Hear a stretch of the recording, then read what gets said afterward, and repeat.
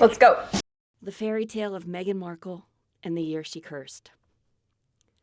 Once upon a time, in a land of sunshine and palm trees, there lived a duchess who longed to rule not a kingdom, but Hollywood. On the very first morning of the new year, the Duchess wandered down to the shore. With a dramatic flourish, she bent to the sand and etched 4 numbers with her royal finger. 2025. 2025. But as the waves lapped at her toes, she skipped away with an evil laugh. What was the Duchess planning? A spell? A curse? A hex upon the year itself? Or simply a desperate attempt to keep her name forever on the tip of every tongue? Soon the winds grew hot and Los Angeles caught flame. The Duchess strolled through burnt neighborhoods, nodding with satisfaction, convinced the world would now bend to her will. Her acts of kindness to help the fire victims, however, brought not praise but scorn, for the people saw only self-promotion behind her smiling mask. Yet fairy tales rarely go as planned, for what the Duchess did not know was that curses, once spoken, often circle back upon the spellcaster. And so it began. First came her American Riviera orchard, a name she sought to trademark, hoping to bottle raspberries and spread her way into America's kitchens. But alas, the trademark lawyers shook their heads, and the illegible scroll was denied. Next came part 1 of With Love, the Duchess, a catastrophe of potions and recipes.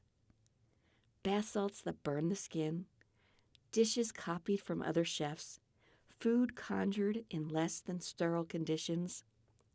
No one thought this was a good idea. The crowds turned against her.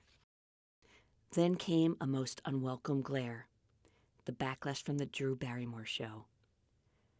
What should have been warm and chatty curdled into awkward silence, rolling eyes and whispers across the land. What was she thinking? Next was the Jamie Kern Lima podcast, where Meghan hoped to shine. But the Duchess's word salad fell flat, leaving listeners not nourished, but nauseous.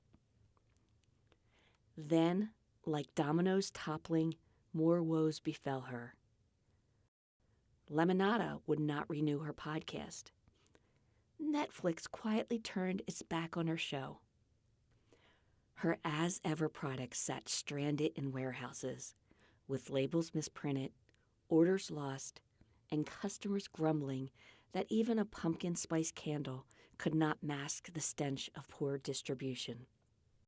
Next, she invited herself to Balenciaga's Paris Fashion Week and traipsed around in an oversized Pope costume. And worst of all, her prince was missing in action. Harry drifted away like a ginger ghost, unseen and unheard, leaving Meghan to wave her wand alone. And yet, the Duchess chose to ignore all of this. She walked into the room with the air of a dignitary, thinking everyone was astounded by her wisdom and beauty. She thought she had won and fooled everyone. But she was wrong.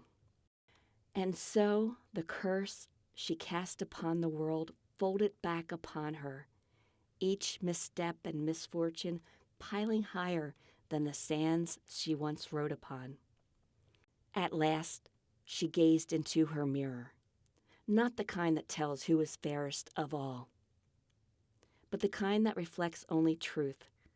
And the truth was this: when one curses the year instead of blessing it, when one blames the world instead of working within it, when one plants orchards with no roots, the fruit will wither before it ever ripens. The moral of the tale: beware the spells you cast, for they may return to you threefold. And remember, even the grandest Duchess cannot trademark authenticity. And so, dear listeners, the Duchess of 2025, found herself with jars unsold, shows canceled, and a curse she could never quite undo. The end.